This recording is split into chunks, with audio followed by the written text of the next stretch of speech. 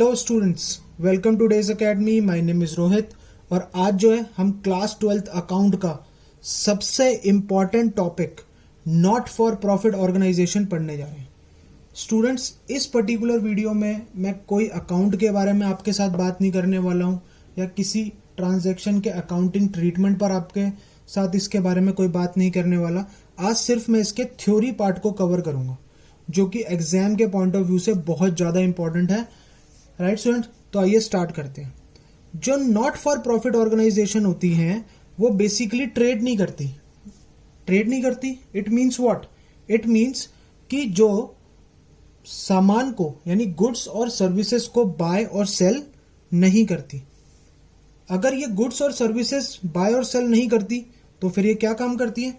Basically ये services देती हैं अपने मेंबर्स को और सोसाइटी को, और इन सर्विस देने के बदले में इनका प्रॉफिट मेकिंग का कोई ऑब्जेक्टिव नहीं होता। यानी बेसिकली ये जो सर्विसेज अपने मेंबर्स और सोसाइटी को दे रही हैं, बेसिकली इसका जो मोटिव है वो सिर्फ सर्विस देना है बिना प्रॉफिट अर्न करे। राइट स्टूडेंट, यानी कि इसी वजह से इसको नॉट फॉर प्रॉफिट ऑर्गेनाइजेशन बोला जाता है, क्योंकि इन ऑर्गेनाइजेशन का एक्चुअल मोटिव प्रॉफिट कमाना नहीं है। इनका एक्चुअल मोटिव जो है वो अपने मेंबर्स और सोसाइटी को सर्विस देना है।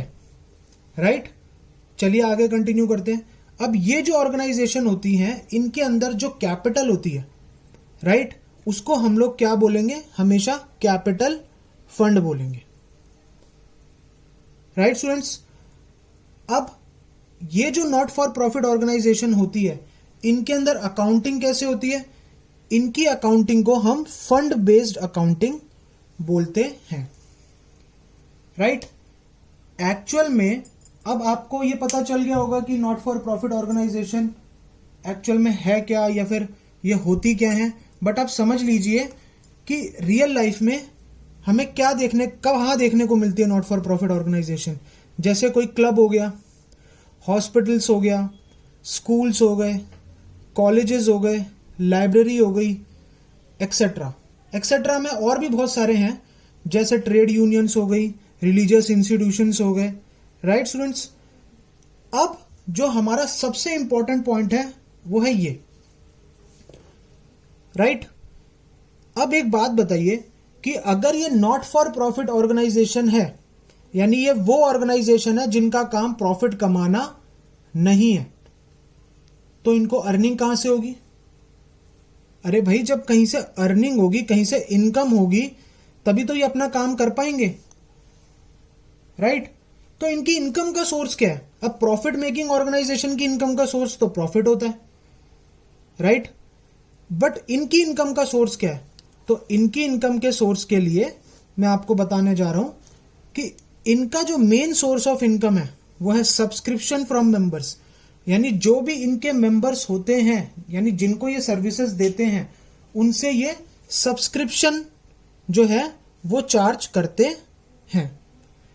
राइट स्टूडेंट्स, फिर डोनेशंस आ गई, लेगेसीज आ गई, ग्रांट इन एड आ गया, इनकम फ्रॉम इन्वेस्टमेंट आ गया। यानी बेसिकली अगर इनके पास कुछ पैसा पड़ा है तो ये कुछ पैसे को कुछ टाइम के लिए कहीं इन्वेस्ट कर देते हैं और उस पर ये रिटर्न या इनकम कमा लेते हैं, तो वो भी एक तरीके से इनकी इनकम का सोर्स बन जाता है। स्टूडेंट्स, बिल्कुल घबराने की बात नहीं है। अभी मैं नेक्स्ट वीडियो में आपके साथ पूरी डिटेल के अंदर हर चीज डिस्कस करने जा रहा हूं। मैं हर ट्रांजैक्शन को, हर जो ट्रांजैक्शन है नॉट फॉर प्रॉफिट ऑर्गेनाइजेशन की, मैं आपके साथ उनका अकाउंटिंग ट्रीटमेंट डिस्कस करूंगा। बट आज का जो मेरा ये वीडियो है ये बेसिकली थ्योरी पार्ट को कवर करने के लिए है, तो इससे ज्यादा आपको बिल्कुल भी कुछ नहीं सोचना। आपको सिर्फ इसकी थ्योरी को समझना है, पहले इसको अंडरस्टैंड करना है कि ये कंसेप्ट है क्या। राइट, अब इसके अंदर, यानी इसके अंदर जो हम फाइनल अकाउंट बनाते हैं, इसके अंदर जो फाइनल अकाउंट बनता है, यानी जो नॉट फॉर प्रॉफिट ऑर्गेनाइजेशन होती है, इनके अंदर जो फाइनल अकाउंट बनता है तो उनके अंदर 3 तरीके के अकाउंट्स बनते हैं।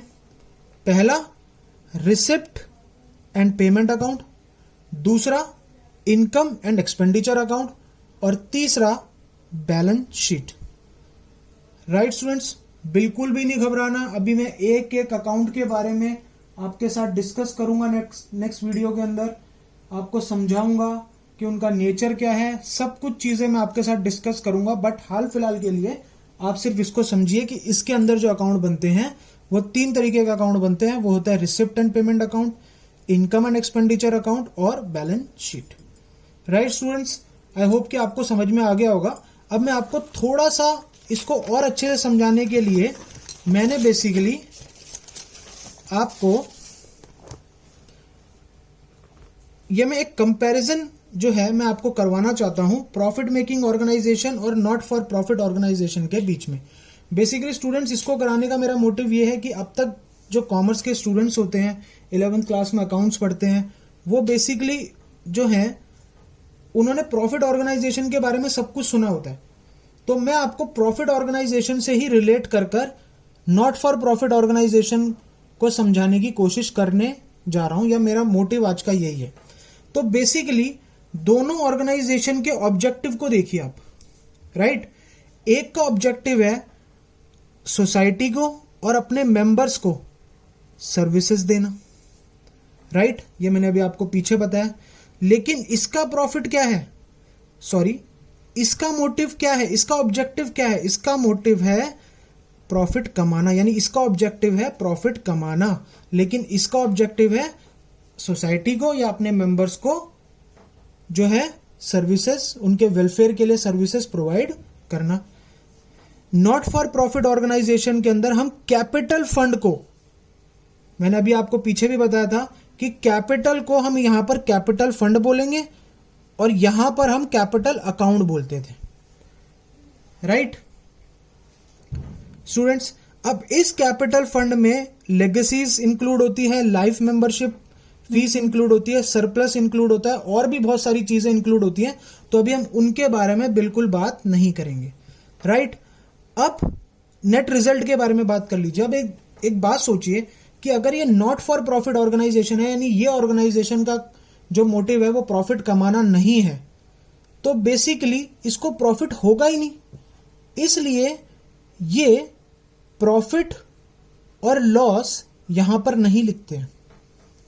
राइट, यानी अगर मैं इनकम में से एक्सपेंडिचर को माइनस कर दूं, यानी अगर मेरी कहीं ना कहीं इनकम ज्यादा एक्सपेंडिचर कम है तो मुझे सरप्लस होगा, और अगर मेरा इनकम कम एक्सपेंडिचर ज्यादा है तो मुझे डेफिसिट होगा। लेकिन मैं प्रॉफिट नहीं लिखूंगा इसको। राइट, क्योंकि ये प्रॉफिट मेकिंग ऑर्गेनाइजेशन नहीं है, ये वो ऑर्गेनाइजेशन नहीं है जिनका मोटिव प्रॉफिट कमाना है। लेकिन प्रॉफिट ऑर्गेनाइजेशन के अंदर हम नेट प्रॉफिट और नेट लॉस लिखते हैं। Right, last but not least account के बारे में बात कर लेते हैं। पीछे भी हमने बात करी है कि एनपीओ के अंदर 3 तरीके के अकाउंट्स बनते हैं। एक होता है रिसिप्ट एंड पेमेंट अकाउंट, एक होता है इनकम एंड एक्सपेंडिचर अकाउंट और तीसरा होता है बैलेंस शीट।